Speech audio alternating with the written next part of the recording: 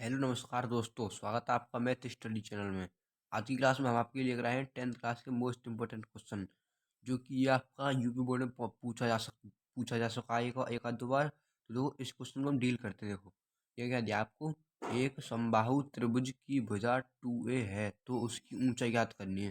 देखो, पहले तो हम देखते हैं समबाहु त्रिभुज क्या होता है। समबाहु त्रिभुज होता है उसकी तीन भुजा समान होती है। तो मान लीजिए कि हमने एक समबाहु त्रिभुज मान लिया। ये क्या मान लिया? समबाहु त्रिभुज।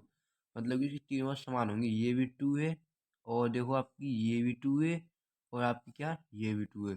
इसमें क्या कहा है आपसे? त्रिभुज की भुजा 2 है, मतलब तीन भुजा 2 होगी आपकी। अगर हम इस पर मान लीजिए एक लंब रखते हैं, यहाँ पर क्या लंब। देखो, ये हमने लंब डाला, तो ये लंब बिल्कुल, देखो इसको ये मान लेते हैं, इसको बी, और इसको क्या मान लेते हैं यहाँ पर, सी। ओके, हाँ समझ आया? देखो यहाँ से कैसे करेंगे। हम मानते हैं, हम जो है लंब डालते हैं। लंब जो होता है उस रेखा के अर्ध पर होता है, बिल्कुल अर्ध में, बीच में, मतलब कि। तो मतलब ये बीच में, तो इसकी यहाँ से यहाँ तक की दूरी एल होगी, और यहाँ से यहाँ तक की दूरी एल होगी। ओके, अब क्या करेंगे, हमें हमें से ऊंचाई पूछी ये।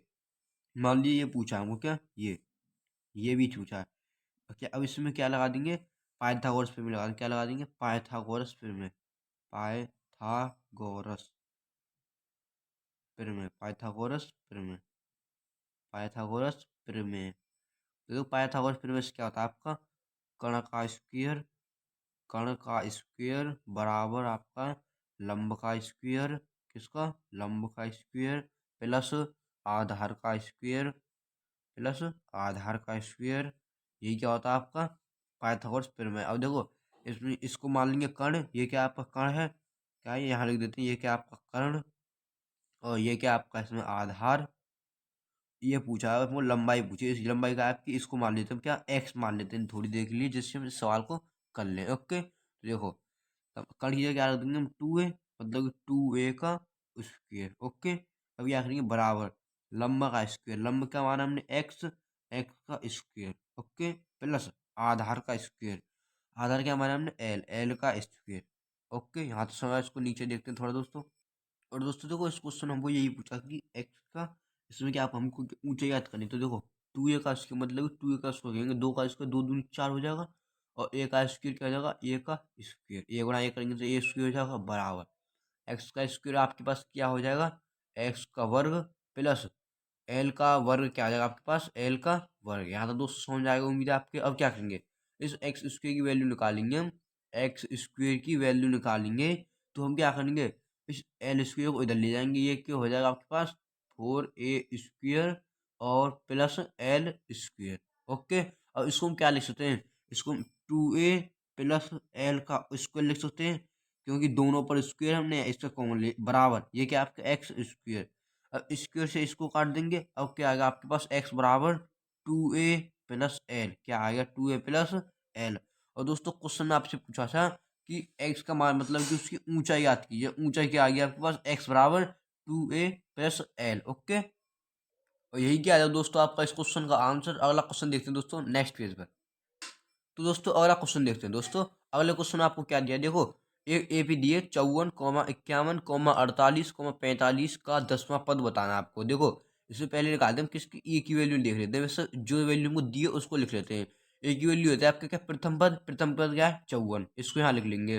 और देखो, पहले देखते हैं डी की वैल्यू, क्या डी की वैल्यू, देखो दोस्तों, डी की वैल्यू क्या होती है आपका, दूसरा पद माइनस पहला पद, मतलब ये 51 माइनस के 54। और दोस्तों 51 से 54 हटाएंगे तो क्या बचेगा आपके पास, 3 बचेगा। कितना बचेगा, 3 बचेगा। ओके, ई की वैल्यू आएगी, डी की वैल्यू आएगी, और देखो एन पूछा है वो, मतलब एन का मतलब 10वां पद। एन की क्या रखेंगे, 10वां पद। अब देखो, इसमें 10वां पद पूछा है, 10वां पद। तो देखो, अब क्या होता है आपको, 10वां पद निकालने का सूत्र क्या होता है, वो होता है आपके पास क्या, टी एन बराबर A plus N minus 1 into D, यही होता है। देखो, इसमें दोस्तों क्या है, आपकी ए की वैल्यू दी है हमको, एन की भी दी है, और डी की, इसको निकाल देंगे। टी एन एन ये क्या देंगे, 10, मतलब टी टेन बराबर ए का मान क्या है 54, प्लस एन माइनस 1, एन मतलब 10 माइनस 1, 10 में से गए तो 10 माइनस 1 इंटू डी, डी का मान क्या है आपके पास, 3 है इसमें से, और ये -3 आएगा, माइनस संख्या बड़ी है इसकी, माइनस के 3 आएगा, और ये भी क्या आएगा आपके पास, माइनस के 3 आ जाएगा। ओके, अब देखो दोस्तों, इसको क्या करेंगे, टी टेन बराबर ये जगह 54, प्लस 10 में से एक गए तो आपके एक, और 10 में 9, 9 तिया 27 और माइनस से 27 कोई माइनस संख्या है इसमें एक, माइनस के 27। तो देखो T10 बराबर क्या हो जाएगा आपके पास 54 प्लस माइनस माइनस के 27। और दोस्तों T10 बराबर 54 में तो 27 घटाएंगे, तो देखो यहाँ पर घटा देते पहले 54 27, देखो यहाँ पर 54 में से 27 घटाएंगे तो क्या आएगा आपके पास 4 5 7 आएगा, यहाँ पर 5 2 क्या बचेंगे आपके पास 4 आ जाएगा, यहाँ 4 2 2 मतलब 27 आ जाएगा। तो T10 बराबर आएगा दोस्तों आपको क्या 27। यही क्या है दोस्तों आपका इस क्वेश्चन का आंसर। तो दोस्तों अगला क्वेश्चन देखते हैं दोस्तों नेक्स्ट पेज।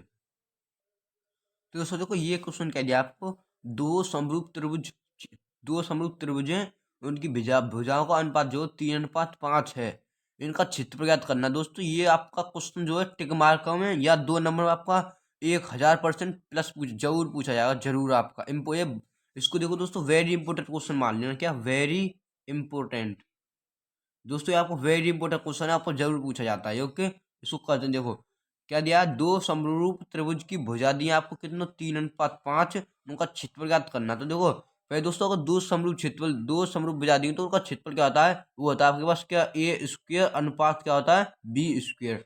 अब दोस्तों दो समरूप त्रिभुजों की भुजा दी आपको, मतलब कि ए का मान दिया 3 और बी का मान दिया आपके पास क्या 5। और दोस्तों इनको हम इसमें रख देंगे, मतलब ए का स्क्वायर मतलब 3 का स्क्वायर 9 हो जाएगा अनुपात, बी का स्क्वायर मतलब 5 का स्क्वायर 25। और यही क्या है दोस्तों आपका इसका आंसर। अगला क्वेश्चन देखते हैं दोस्तों नेक्स्ट पेज पर।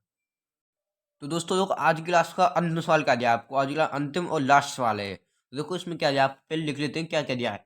पी बिंदु दिया आपको इसमें क्या -4,2 दिया है। ओके और देखो क्यू बिंदु दिया आपको इसमें क्या 8,6।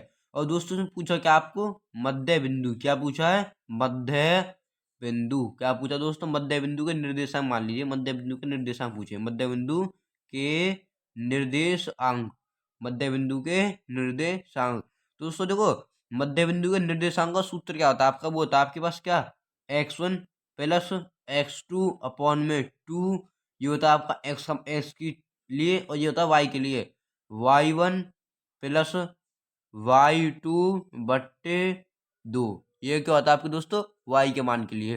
दोस्तों देखो इसमें पहले मान निकाल लेते कौन सा किसका मान, ये आपके पास क्या -4,2 और ये क्या आपका x1 और ये क्या है दोस्तों y1, ये क्या है 8,6। इसमें ये क्या है x2 और ये क्या है y2, क्या है x2 और ये y2। दोस्तों देखो एक्स वाई के मान निकाल, अब इसको हम इस में रख देंगे फॉर्मूले में। तो देखो फॉर्मूले रखेंगे, फॉर्मूले में रखेंगे तो क्या आ जाएगा आपके पास, देखो ये x1 का मान क्या आपके पास -4 प्लस x2 क्या आपके पास इसमें 8 बट्टे में कितना आपके पास 2, ये आ गई क्या आपके पास x की वैल्यू। अब देखो y1 क्या है 2 प्लस y2 क्या है 6 बट्टे में क्या है 2। तो देखो दोस्तों इसको काट पीट करेंगे तो प्लस है माइनस, प्लस में से माइनस क्या आता है आपका घटता है, देखो उसको घटा देंगे 8 में से 4 घटेंगे कितना आ जाएगा आपके पास 4 बट्टे में 2 आ जाएगा।